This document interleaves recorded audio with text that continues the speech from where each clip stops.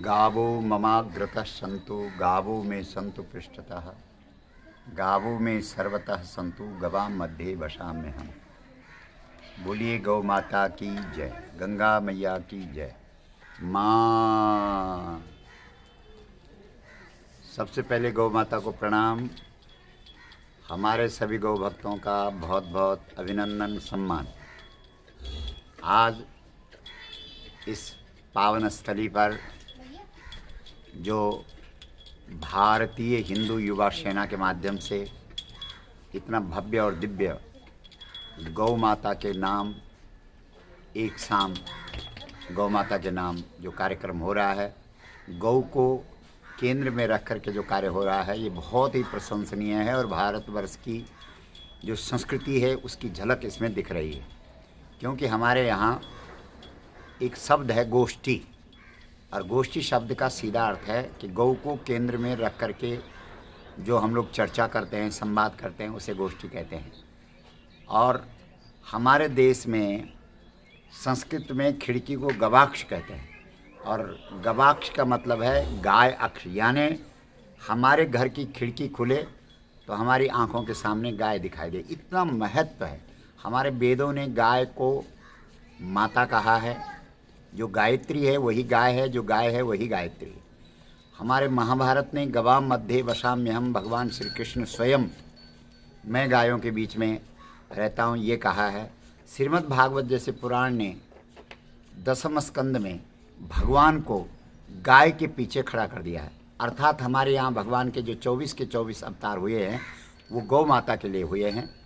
और हमारा जो वैदिक सनातन धर्म है यह गाय को पशवो न गावः, गाय पशु नहीं है, पशु के रूप में नहीं देखता है।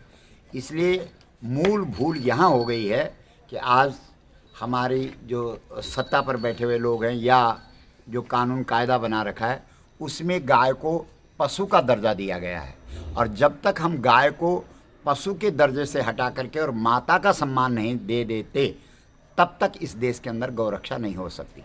ज़रा सोचो, देश के अंदर जो कत्ल खाने वो पशु काटने के लिए, और अगर गाय पशु है तो फिर उसे कौन बचा सकता है, क्योंकि पशु तो कटेगा। और गाय अगर माता है तो उसे कौन काट सकता है, क्योंकि माता को तो काटा नहीं जा सकता। इसलिए इस देश के सभी गौ भक्तों का आह्वान है कि वो इस बात को समझें। हमारे वेद पुराण उपनिषद धर्मशास्त्र, हमारा जो वैदिक संविधान है वो अगर गाय को माता का सम्मान दे रहा है तो संविधान की जो धारा कह रही है वो भी इस बात को कह रही है कि भारत में रहने वाले हर व्यक्ति के धर्म की सुरक्षा करना भारत सरकार का कर्तव्य बनता है। इसलिए भारत सरकार इस देश में बहुसंख्यक जो हमारा सनातनी समुदाय है या जिसे हिंदू कहा जाता है उसकी आस्था का ध्यान रखते हुए इस देश के अंदर गौ माता को राष्ट्रमाता का सम्मान दिया जाए।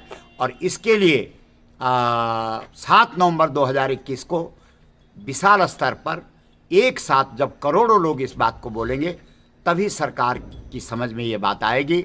गाय हमारे लिए धर्म का विषय है, गाय हमारे लिए आस्था का विषय है। जब तक हम लोग गौ माता के लिए इकट्ठे होकर के इस बात की उद्घोषणा बार बार नहीं करते कि गाय हमारा धर्म है, गाय हमारी आस्था है, तब तक गौ हत्या पर प्रतिबंध इस देश में लग नहीं सकता। इसलिए आओ हम सब इस कार्यक्रम में, इस एक शाम गौ माता के नाम इस दिव्य कार्यक्रम में ये संकल्प करें कि हम सब मिल करके 7 नवंबर 2021 को दिल्ली में आकर के और इकट्ठे होकर के संघे शक्ति कलौ युगे, इस कलह के युग में संगठित होकर के इस मांग को भारत सरकार के सामने रखें कि गाय को इस देश के अंदर राष्ट्रमाता का सम्मान मिलना चाहिए। निश्चित रूप से भारत गौ हत्या मुक्त भारत होगा। और भारत शब्द के साथ जो माता शब्द जुड़ा है वो गौ माता वाला जो माता शब्द है वही भारत के साथ माता शब्द जुड़ा है। इसीलिए पूरा शब्द बनता है भारत माता। और भारत और गौ माता ये दोनों एक दूसरे के पूरक हैं, एक दूसरे के बिना ये रह नहीं सकते, हो नहीं सकते। इसलिए भारत में माता की रक्षा के लिए गौ माता की रक्षा अनिवार्य है और गौ माता की रक्षा के लिए उसको राष्ट्रमाता का सम्मान देना अत्यावश्यक है। आइए हम सब मिलकर के इस संकल्प करें। इसी के साथ आप सबको बहुत बहुत धन्यवाद, अभिनंदन, प्रणाम।